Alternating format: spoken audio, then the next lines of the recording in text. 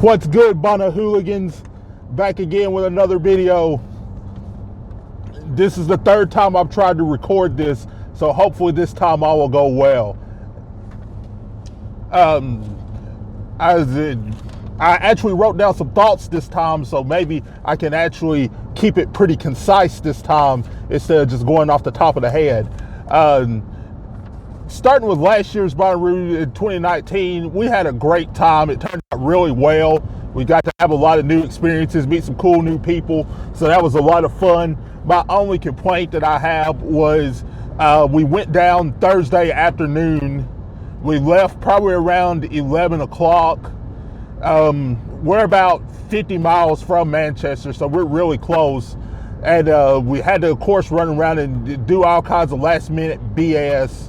And we actually ended up getting on site probably around 2:30. And from there, no, it's about 2 o'clock, probably 1:30, 2 o'clock. And from there to actually get in and get to our spot probably took us an hour to maybe an hour and a half at the most. I don't even think it was that long. So it really didn't take us any time to get in. The only bad part was we were in Plaza 11. So if you have a map from last year, if you want to, you can Google like a layout of the campgrounds. That is far as hell from Bonnaroo. It's probably the farthest that you can be and still be in the state of Tennessee. And so if you end up in one of these farther plazas, I would definitely suggest that you, the first time that you go into Bonnaroo, time yourselves and make sure you can use that kind of a baseline to know when you need to leave to get into Bonnaroo. And whatever time it takes, I would probably add at least 10 more minutes to, you know, for getting in or snafus with the line or whatever. So I'm really not sure how it's going to work this year, because it looks like they're going to have different entrances for VIP Plus and all the other different setups or whatever. Those are just cash grabs, so whatever. But anyway, we really had a good time at the Where in the Woods. It's over by, I think it's closest to Plaza 2. I would definitely suggest going over there and checking it out. It's kind of like a Alice in Wonderland type of setup. Definitely, if you're going to go late night, I think that's probably where we're going to spend most of our Thursday night, because that's a really good time for it. You're not going to miss a whole lot of shows, and it's give you a little extra time to, you know, really check that out over there.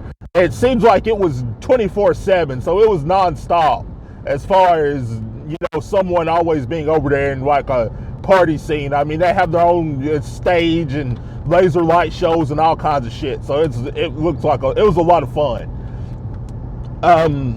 Other than that, this was my 7th, 8th Bonnaroo. I finally, for the first time, rode the fucking Ferris wheel, which was actually a lot of fun. I mean, it was just a fucking Ferris wheel, but it did give me a really good overview of all the fucking campsites and just how many people were there. I would bet that it was at least, I'd say 85 to 90,000 probably. I haven't seen the final numbers, but it felt like there was a lot of people. So, I mean, it was one of the better years as far as attendance, I feel like.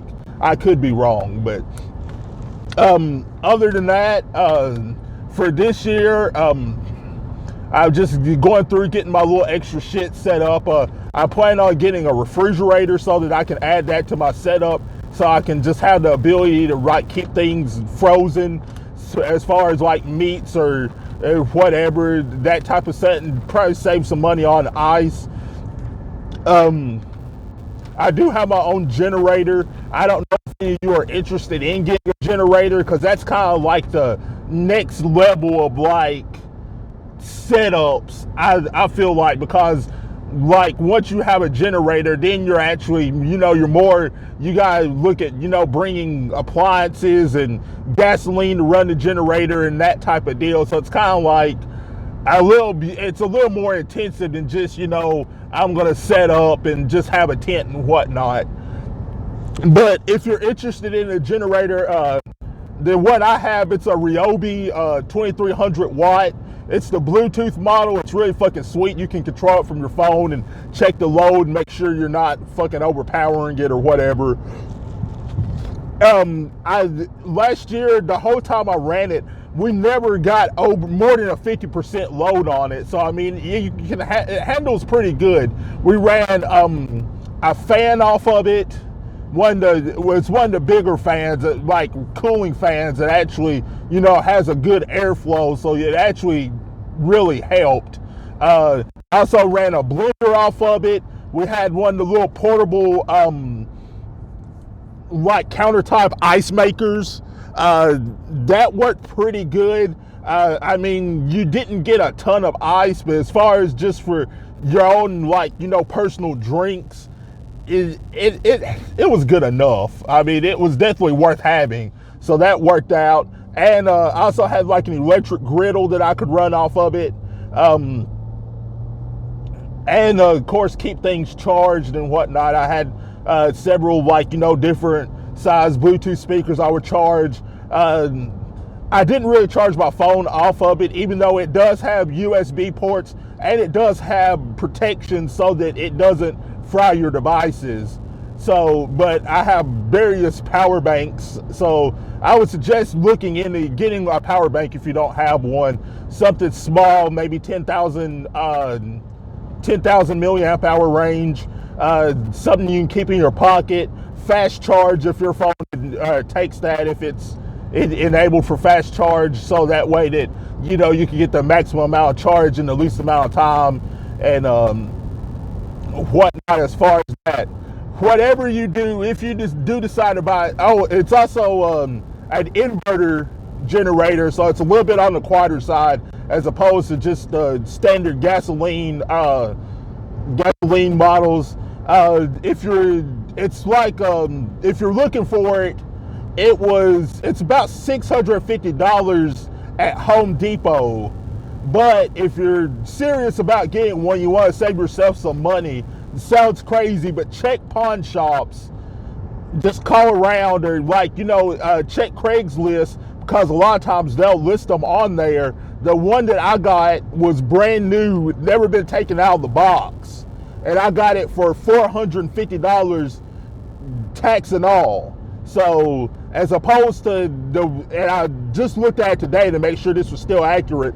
The same model one I have is $665 on Home Depot's website, plus tax. You're looking at over $700. So that's almost $300 I saved just going to a pawn shop, and it was brand new, never been used. So if you check that out, if you really, you know, want to get one. I'm also looking at the refrigerator I was looking at a Dometic, but it's like $900, and I'm really not going to use it that much, maybe, you know, 3 to 4 times a year.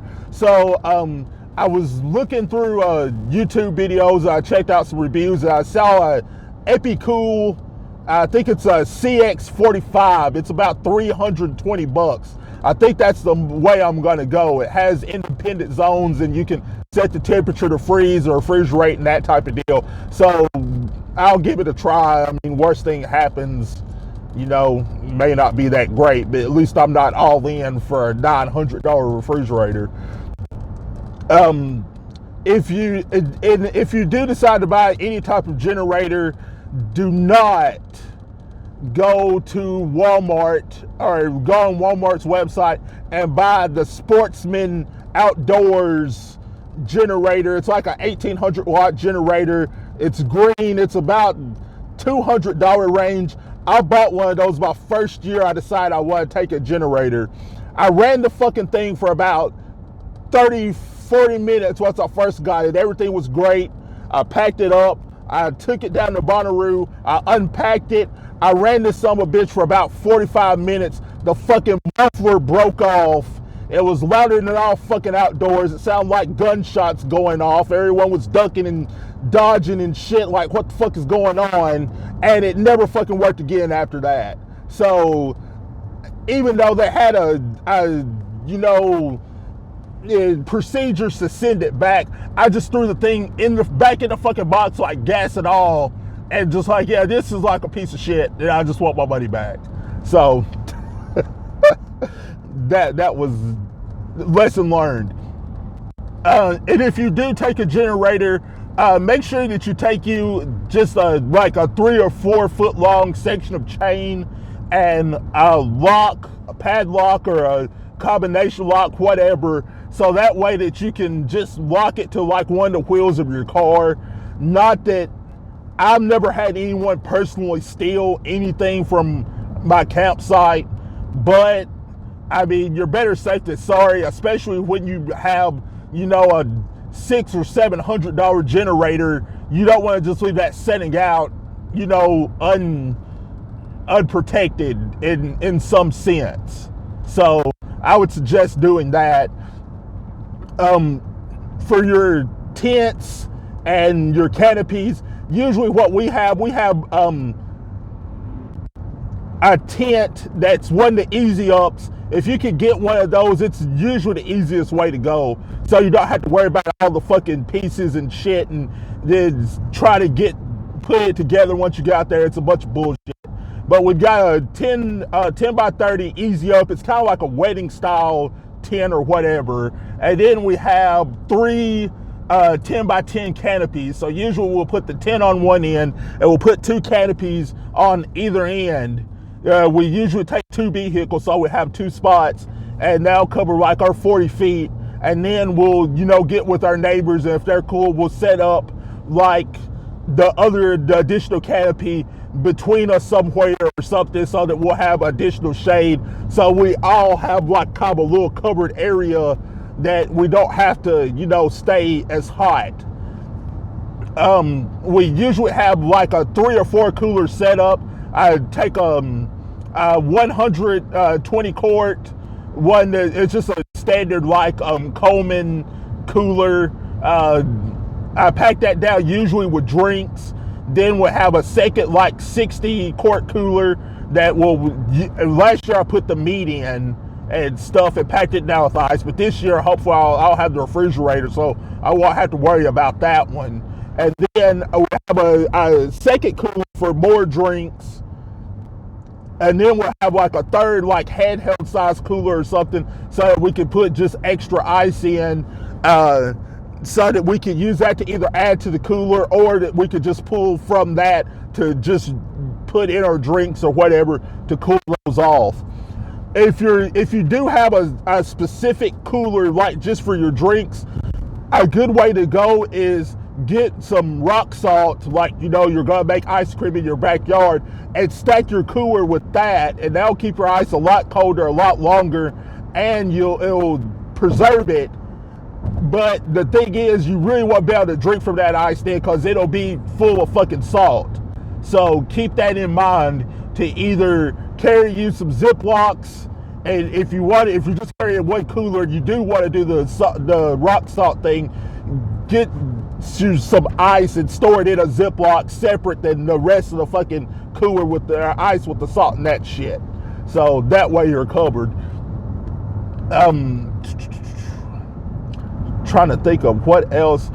If you're going, especially once you get there, if you want to have a Bonnaroo shirt, go as almost immediately as soon as you get there, because all the cool shirts fucking sell out fast as fuck. If you wait till Friday, or even like if you go at 8 o'clock Friday morning to buy a fucking t-shirt, probably the only thing you're gonna be able to get some medium fucking shit that looks like someone made in their fucking basement while they were sniffing paint. So go as early as you can and just go ahead and get your shirt. Shirts are usually, they're $35, $40. They really went up, but I mean, what are you gonna do? I would definitely go ahead and get your beer cup, the refillable beer cup. I think they sell it for like $15, and you get your first beer with I think that's included in the $15 purchase of it, and then you get $1 off for each additional beer that you buy, which the beers were $6 to $8 depending on, domestic or craft or what style of beer it is. I got really lucky because I was going to go buy a cup, and as I was going to go buy it, I seen one on the ground that someone had smashed. So I picked it up and I kind of popped it back out, and I took it up and I was just acting like a dumbass, like, yeah, I like broke my cup. Like, can I get another one?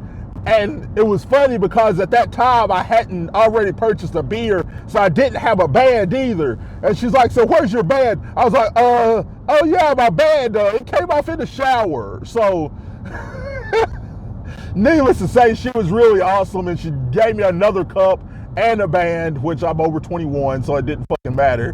But I was curious. I'm not certain if you can take your cup from a previous year and use it this year. I'm going to try it just in case, but I haven't seen anything either saying yay or nay on that. So if you have one already, I would just toss it in your bag anyway, because the worst thing that can happen is that they'll tell you no, that you can't use that. We usually sneak us some liquor into Bonnaroo just because once you're in there, you don't want to waste all your money buying those fucking high-priced beers. So normally what I do is I have these little plastic flasks that you can get them off Amazon. It's nothing but food-grade plastic.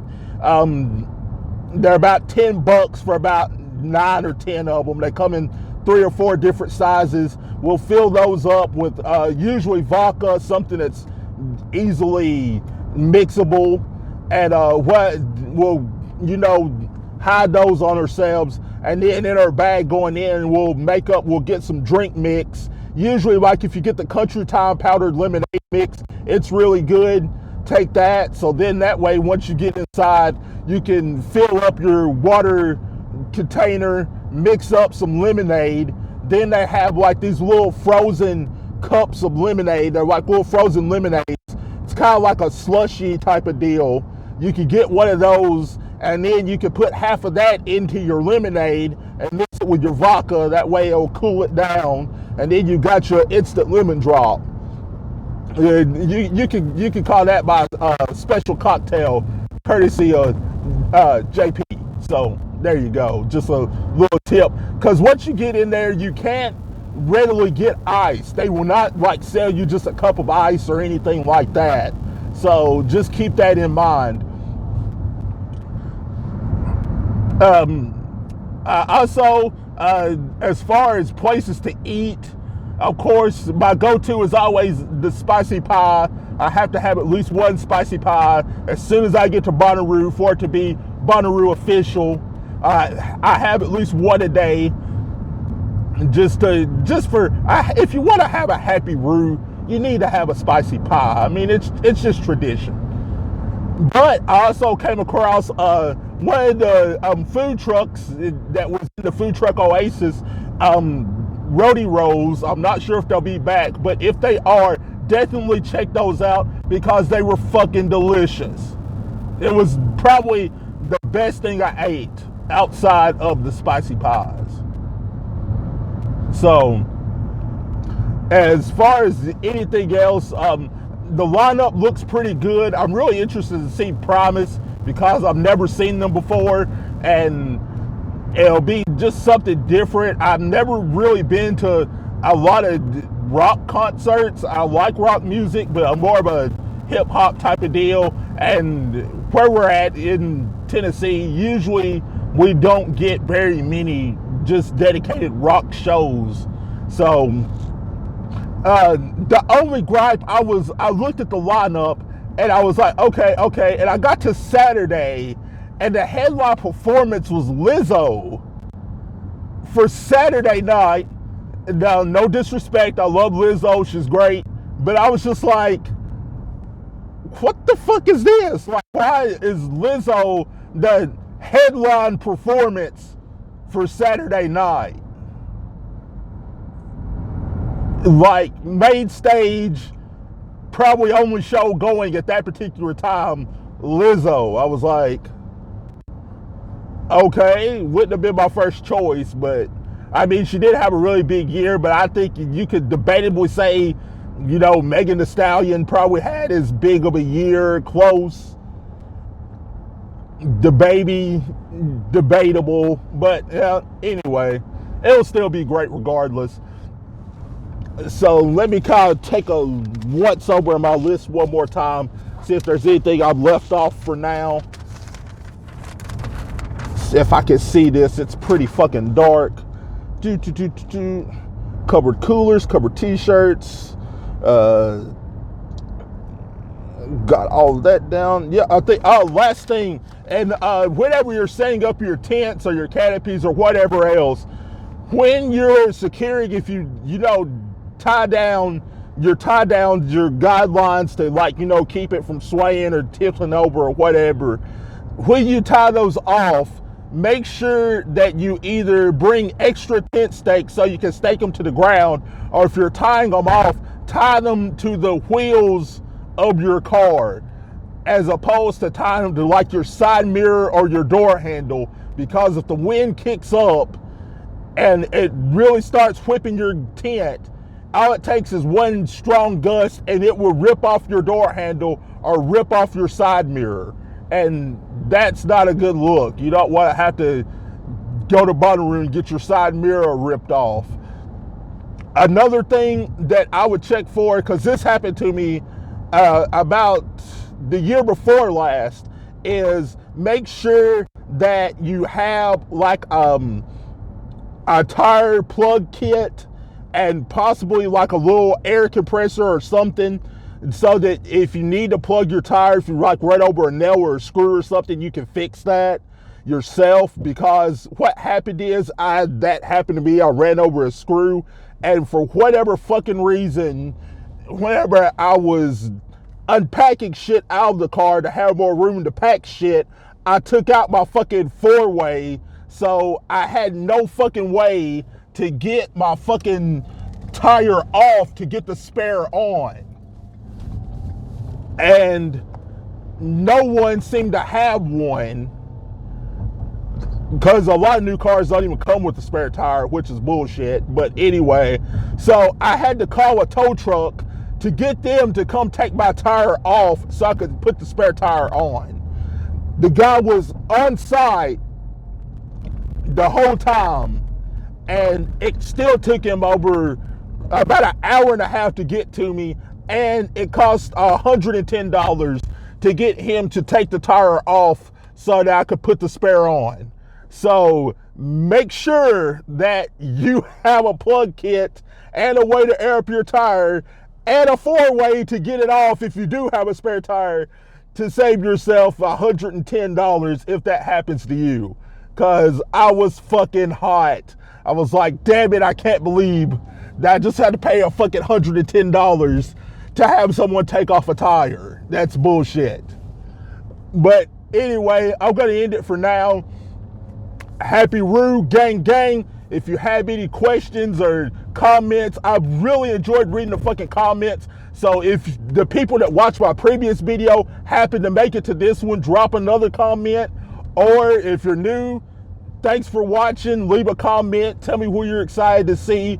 If you been before, or you came up with some kind of great tip or something, pass that along in the comments, because sometimes people that are going for the first time will come up with all these fucking ideas, and they'll be like, oh, well, we just did this. And I'm like, why the fuck didn't I think of that? So till next time, thanks. Have a good one. Happy Roo, gang, gang.